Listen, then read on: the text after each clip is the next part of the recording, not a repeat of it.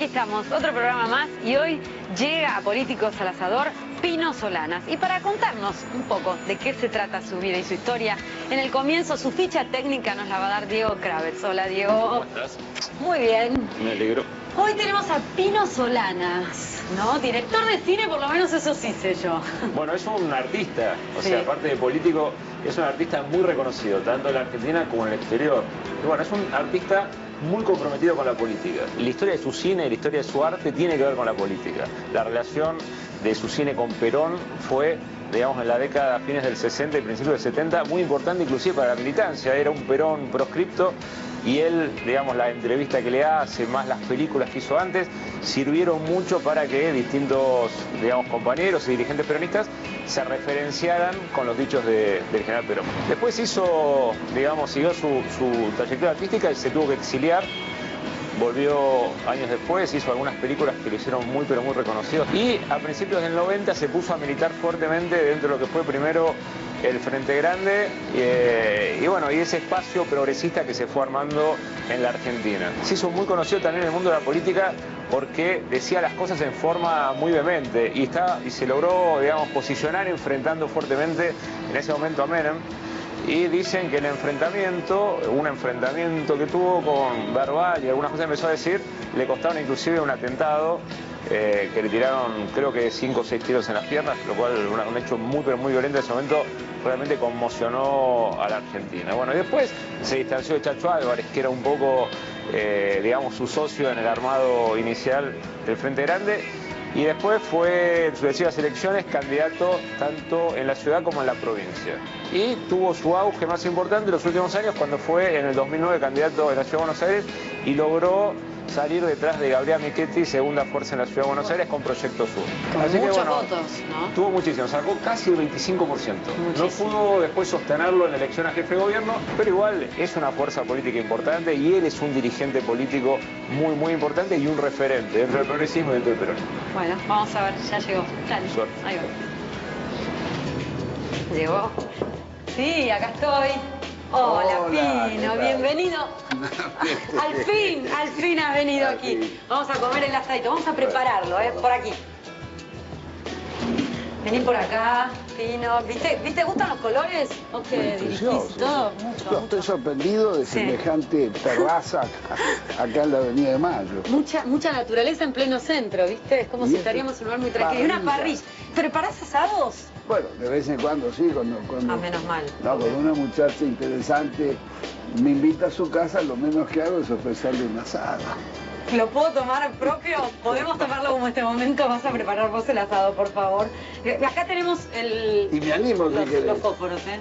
¿En tu infancia ya soñabas con ser director de cine o...? No, en mi infancia no, pero siempre fue muy cinéfilo y veía muchísimo cine. ¿Cuál fue la primera película que te impactó y que vos dijiste, muero por dirigir? No, bueno, yo veía de todo tipo de cine. En aquel momento había el cine que pasaba series. Ah, mira. El Zorro, series de cowboy. Pero sí, que me empezó a gustar el cine como medio de expresión. Bueno, seguramente algunas grandes películas de cine mudo. Ah, mira. Sí, sí. O El Ciudadano de Orson Welles. Ah, claro.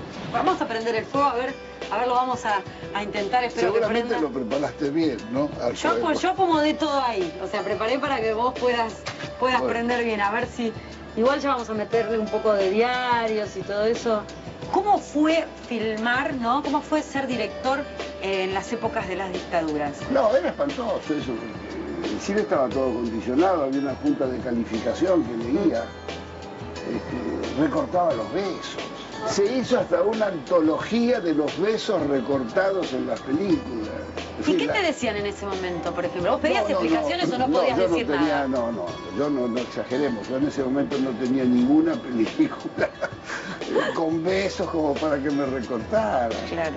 No, yo estaba en los inicios de mi carrera. Pero había una suerte de doble discurso, de protección moral idiota. Son tabús muy grandes, muy tontos, porque la verdad nada despierta más curiosidad y deseo que lo prohibido, Sí. lo oculto. Y esas películas que vos veías, ¿tenías así como una actriz que vos estabas enamorado? No, de todas. Yo siempre fui muy enamoradizo, eso Sí, es ya. así. Soñaba, mis novias eran Rita Hayworth, Claudia Cardinal, Sofía Loren, todas. ¿Por qué se te ocurrió meterte en política siendo director de cine?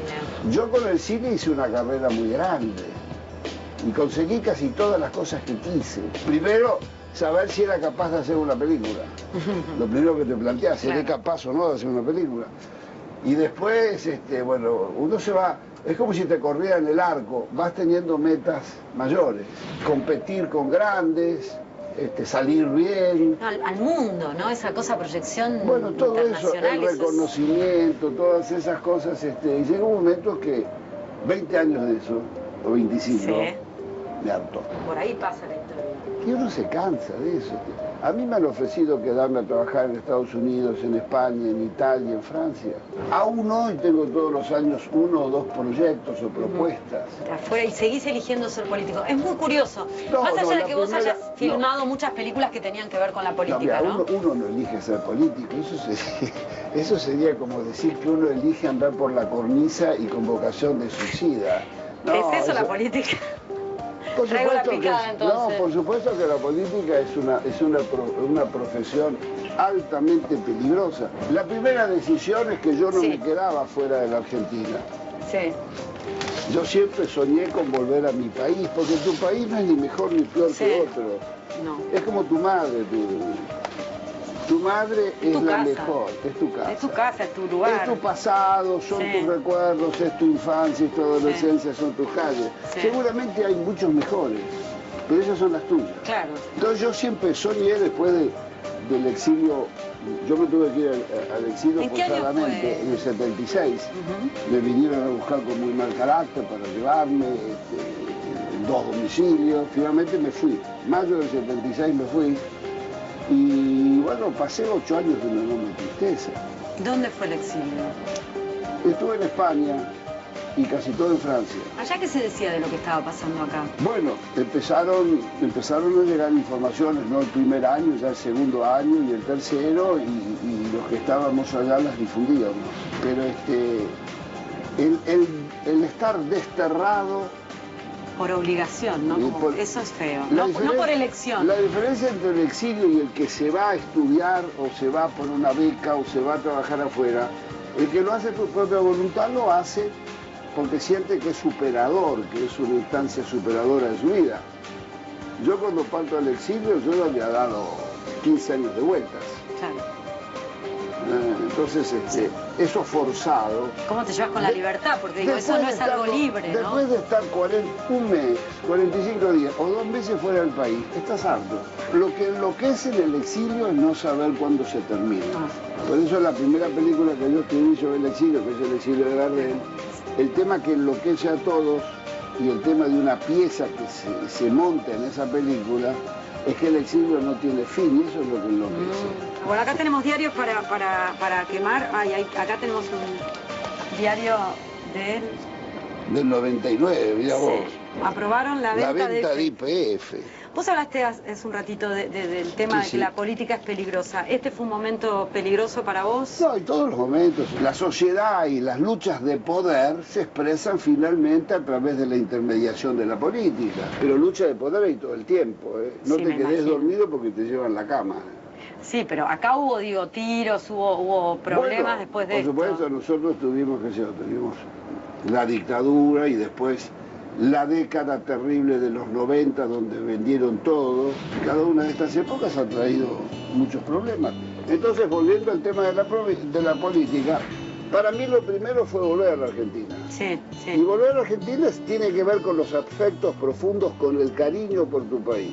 Y entonces llega un momento que ya tenés chicos grandes, empezás a tener nietos, y empezás a funcionar en función de ellos. Claro, y ahí Y decidiste meterte entonces en la la política. política tiene que ver con tu compromiso social y con tu país. ¿Qué le puedo ya dar yo a mi país Sí. en la etapa final de tu vida, en tu madurez? Tengo un problema de opción. Y ver tu país tan zarandeado, tan robado, ¿me entiendes? Sí, sí. Tan manipulado, entonces, bueno, de ahí yo denuncié muchas cosas y me pegaron 6 tiros. ¿Y cómo viviste la revolución del 55? Bueno, lo viví con mucha angustia y con mucho asombro, porque aquello fue algo inédito, sí, algo claro. Totalmente inesperado. En la historia de América Latina no se conoce el caso de que la aviación de tu propio país bombardeara la población civil a mediodía acá en la Plaza de Mayo. No era una aviación externa que venía a bombardearte, sí. era la aviación de tu propio país. ¿Cuántos años tenías en ese momento? Y yo estaba en 18 años. En fin, ¿Y eras un no idealista? estaba tocado. No, siempre sí. Idealizaba. Yo fui un gran lector de historia, de esas cosas, pero estaba ajeno a la política. Andaba más por la música, la literatura, ya me encantaba el cine. A partir de ese 16 de junio empiezan a cambiar mis opciones. Claro, ahí te cambió la cabeza. Me cambió la cabeza, acá... pero todo eso no es que uno hace un clic Y en ese de un día, momento, sino Perón, que fue... Sí. ¿cómo? Porque después llegaste a conocerlo, Sí. ¿no? Pero en ese momento, ¿qué lugar ocupaba Perón? Bueno, no, yo venía de una familia tradicionalmente antiperonista. Ah, bueno. Mi padre médico de barrio, apolítica, digamos. Ah. Era la clase media pudiente. ¿Que odiaba, digamos, el peronismo o más o menos? Les tenía una gran desconfianza, no te puedo decir de odio, pero en general no lo era. Mi familia celebró el 55, muy católica también, el conflicto con la iglesia. Y digo, en tu casa celebraron el 55 y vos te conmoviste viendo lo que pasaba en la plaza. Bueno, sí, también. ¿Qué te pasó con tu familia? Eso no lo aprobó nadie. Ah. Solamente algunos delirantes y gente muy gorila pudo aprobar masacrar a gente indefensa en la plaza. Es como el Guernica para los españoles. Empezó a producirse un cambio en mí, comencé a tener una visión de la historia distinta y comencé a revalorizar lo que había hecho Perón. ¿Cómo llegás a conocerlo a Perón? ¿En qué situación? Bueno, pocos años después yo empiezo a preparar una película que terminaría siendo La Hora de los Hornos. Sí. Esa película era un viaje de descubrimiento de mi identidad. Argentina contemporánea, dónde me situaba yo, todo eso llevó a una investigación que la hicimos, pobrecito, con mi ex compañero Octavio Schettino, que terminó siendo después La Hora de los Hornos. Y eso fue el redescubrimiento del peronismo, muchísimas entrevistas. Pensá que en aquella época todo eso estaba prohibido. Claro. Perón era el dirigente y el líder de un proceso absolutamente original que había confundido a izquierdas y derechas. Para la derecha, Perón era un bolchevique, un comunista disfrazado. Y para la izquierda era un fascista latinoamericano. ¿Alguna anécdota de Perón que tengas en esas filmaciones? Era un hombre muy encantador. Un hombre primero de una gran sencillez. ¿Y eso te sorprendió? Me sorprendió todo lo que había hecho. Te podría decir que lo que más me impactó... Bueno, no es lo mismo leer de una persona o ver imágenes que tenerla cerca, ¿me entendés? El impacto emocional de ir a ver la persona que admirás. Eso. Y bueno, un impacto emocional fuerte, muy afectuoso, fue de una gran simpatía, ávido de que le contara de qué se trataba esa película, y yo aproveché para proponerle que hiciéramos una larga película donde él contara su historia política. Claro. Le sorprendió eso, porque él se comunicaba con sus bases con cassette de audio. Entonces, aquello le encantó, quería empezar cuanto antes. Claro. Pero yo estaba volviendo a Buenos Aires, nada menos que con La Hora de los Hornos y en la época de la dictadura de Onganía. Mi regreso era incierto, por supuesto. Tardamos 3 años en organizar el rodaje. Y fue una de las experiencias más lindas de mi vida, más fuertes de mi vida. Sí. Estuvimos 6 meses allá en Europa. Teníamos base en Roma porque en España estaba Franco todavía, no se podía entrar y salir con películas. Yo tenía mucha amistad con algunos directores de cine italianos que me habían